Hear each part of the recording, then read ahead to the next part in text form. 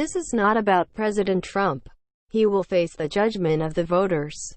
But he shows the need for us to create a process for future presidents, Pelosi told reporters at a Capitol Hill news conference. She later added, "This legislation applies to future presidents. But we are reminded of the necessity of action by the health of the current president." Pelosi's comments and her embrace of the legislation come against the backdrop of Trump's dismissiveness about the threat of the coronavirus and his erratic response to negotiations on a federal relief package. After abandoning the talks earlier this week, Trump said Friday that he wants a major deal with Pelosi and Congress. "I would like to see a bigger stimulus package, frankly, than either the Democrats or the Republicans are offering. I'm going in the exact opposite now. Okay?" he said in an interview with syndicated radio host Rush Limbaugh.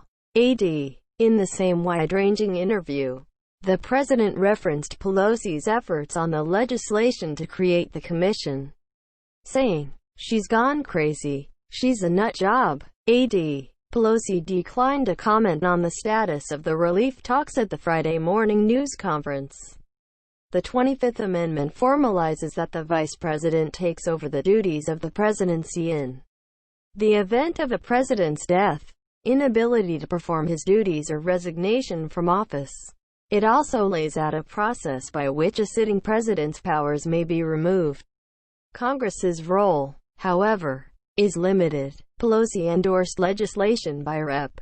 Jamie B. Raskin, DMD, that would create a bipartisan commission on presidential capacity to discharge the powers and duties of office to help ensure effective and uninterrupted leadership in the presidency. The commission would be composed of medical professionals and former high-ranking executives, selected equally by Republicans and Democrats. The commission would work in concert with the vice president to determine if a president were unfit to serve. While Pelosi declined to say if Trump had reached such a state, she argued that medications he has taken could impair his judgment. Earlier in the week, she specifically called out his use of steroids that she said may be having an effect on his mental capabilities. Clearly, Trump is under medication. Any of us who are under medication of that seriousness is in an altered state, the speaker said. And again, there are articles by medical professionals saying this could, as I said earlier, could have an impact on judgment.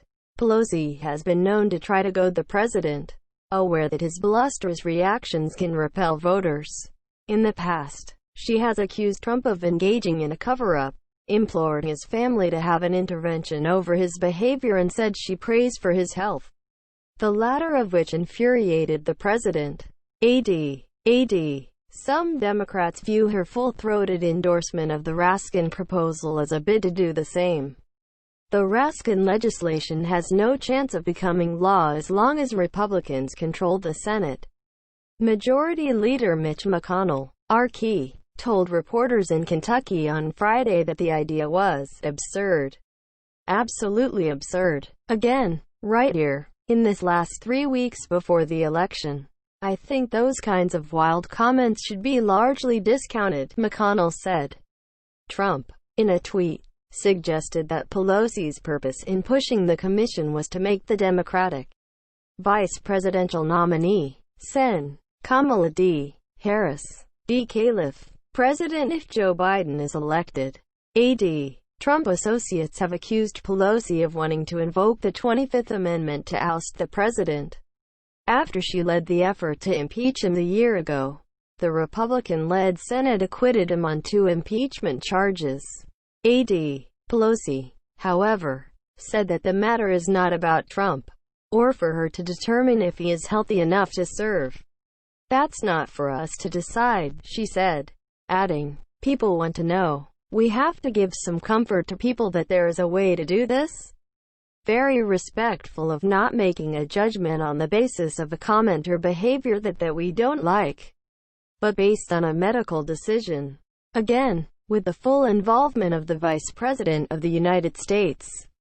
Raskin said that In the midst of a pandemic that has killed at least 212,000 Americans while many at the White House have been infected, the legislation is critical.